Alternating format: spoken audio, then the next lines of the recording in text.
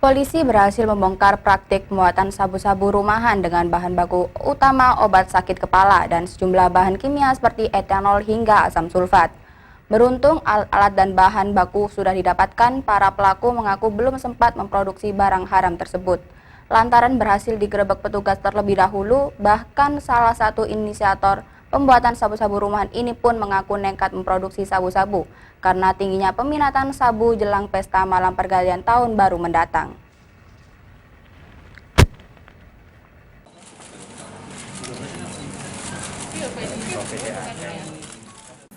Penggerbekan yang dilakukan polisi beberapa waktu lalu di salah satu kos-kosan yang ternyata disulap menjadi laboratorium pembuatan sabu-sabu rumahan di kawasan Rangka, Surabaya.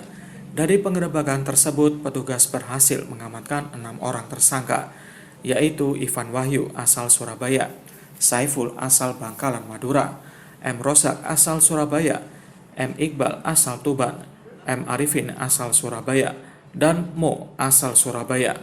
Selain mengamankan para pelaku, petugas juga menyita sejumlah alat pendukung dan bahan baku pembuatan sabu-sabu, seperti obat sakit kepala yang digunakan sebagai bahan baku utama dan bahan-bahan kimia sebagai campurannya, seperti etanol hingga asam sulfat.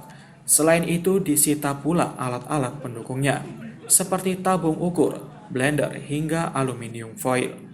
Kapolres Pelabuhan Tanjung Perak AKBP Gani Setianingrum mengatakan pihaknya berhasil membongkar praktek industri sabu-sabu rumahan tersebut berkat informasi masyarakat yang melaporkan adanya pembuatan sabu-sabu rumahan di kawasan Rangka, Surabaya yang akhirnya didalami dan berhasil dibongkar.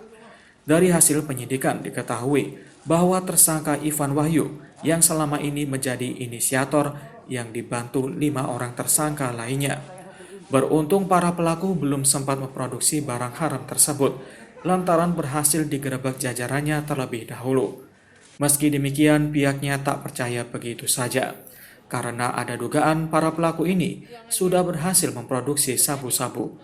Parahnya lagi, para pelaku nekat membuat sabu-sabu ini, lantaran tingginya pesanan sabu-sabu jelang pesta pergantian malam tahun baru mendatang.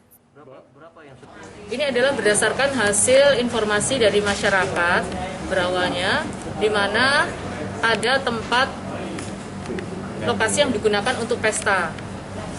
Kemudian setelah dilakukan pesta dan pembuatan sabu, kemudian oleh anggota Sat Narkoba dilakukan penyelidikan dan kemudian berhasil mengungkap ya di tempat tersebut dilakukan penggeledahan, ternyata didapatkan di situ sedang ada 4 orang sedang melakukan kegiatan pesta sabu-sabu.